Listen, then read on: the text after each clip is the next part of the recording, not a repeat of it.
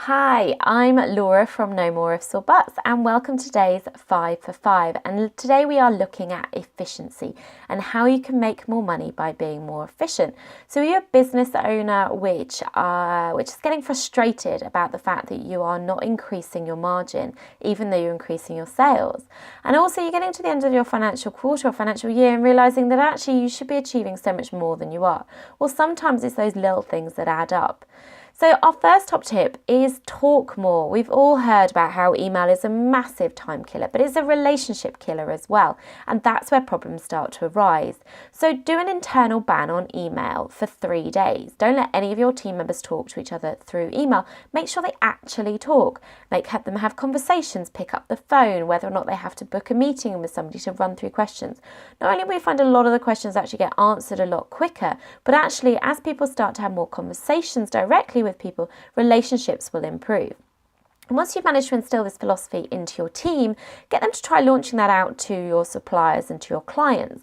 Just by picking up the phone and having a conversation with someone, you have a much better rapport with them than when you do over email. So whether or not that's a case of just actually having a better relationship and managing to build more sales through them, or being able to have that slightly better relationship when unfortunately things do go wrong, they feel like they're actually talking to a person and somebody they have a relationship with rather than just an email. And the second thing is looking at your tech time. So we recently looked at our internet speed, very simple thing here at No More Ifs or Buts. We were getting 15 megabits per second.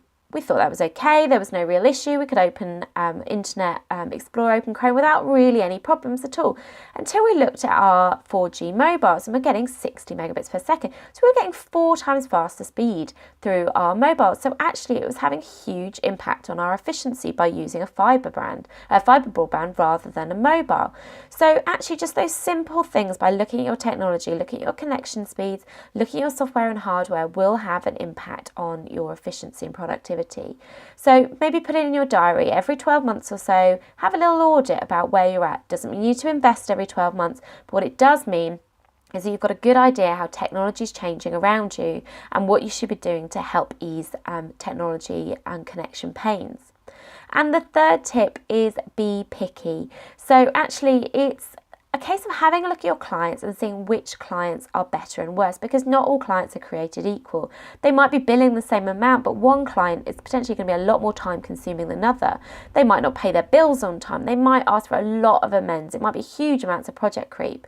And so therefore, actually, which client is more valuable to you? And I'm not suggesting you go out and fire your clients, but what I am saying is have a good knowledge and good understanding of which clients are more important to you and really focus on those ones that are more important. And the other thing to look at when looking at this is what your unbillable hours are. So all that hidden time that's being spent by your team but actually isn't being billed out to a client. Is this admin process that's got out of hand? Is that they're just actually not quite equipped for the job? Which leads us on to our fourth point, which is looking at your skills audit. So looking at your team and saying, can they do the job I'm asking them to do? Am I being sucked back into the day-to-day of my business because I don't trust my team to make the decisions on my behalf? You shouldn't be in every single meeting, but actually are you feeling that you need to be brought in because their mistakes are being made, or there is, as I said, simple trust issue? So look at your training audit, look at the skills that you have, see how you can fulfill it, see whether or not actually hiring some of your specialists is actually a waste of time if you can invest that money into your existing staff to train them up to the right level. But also make sure they've got the practical tools to be able to do their job as well. Have you furnished them with smartphones and laptops to mean that actually they can work on the move or not? And the fifth top tip is sell more. It sounds obvious, but actually it's looking at how to sell better. So rather than just selling and focusing on that all the time, have you got a good CRM process that keeps everything ticking over? The real big drag of time is when you chop and change between different projects. So when sales are going well, you don't really look at new business. When they're decreasing, you suddenly throw all your efforts into it. Actually, if you have a good CRM process in hand, then actually what that means is that everything will be ticking by and actions will be happening. So you'll have a more continual stream of pipeline. But it also means that you need to look at your existing clients again. So those ones that we found out earlier were valuable. Are you really selling the maximum you can to them? Are you really getting the most out of those clients? Can you cross-sell them anymore? Can you get them to make recommendations for you?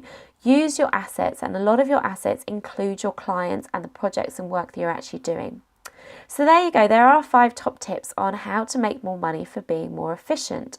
So if you'd like any support in how to make any of these take action in your business, then contact us at laura@nomoreifsorbuts.co.uk or visit our website www.nomoreifsorbuts.com for further information. And we look forward to seeing you next time. Thank you.